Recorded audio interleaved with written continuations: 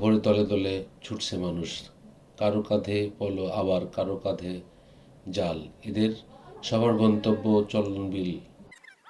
পলো ও বিভিন্ন জালে দল বেঁধে মাছ ধরা। বিলের পানিতে সারি সারি দাঁড়িয়ে দলবদ্ধভাবে বিভিন্ন স্লোগান ও সঙ্গীত। মাছ ধরা অভিযান শুরু। নভেম্বরের শেষ অথবা ডিসেম্বরের প্রথম দিকে শুরু হয় মাসব্যাপী এই উৎসব। প্রতি সপ্তাহের শনি ও মঙ্গলবারের ভোর থেকে বেলা 11টা পর্যন্ত চলে মাছ ধরা। এই উৎসব দেখতে, মৎস্য শিকার করতে দেশের বিভিন্ন প্রান্ত থেকে লোকজন ছুটে আসে।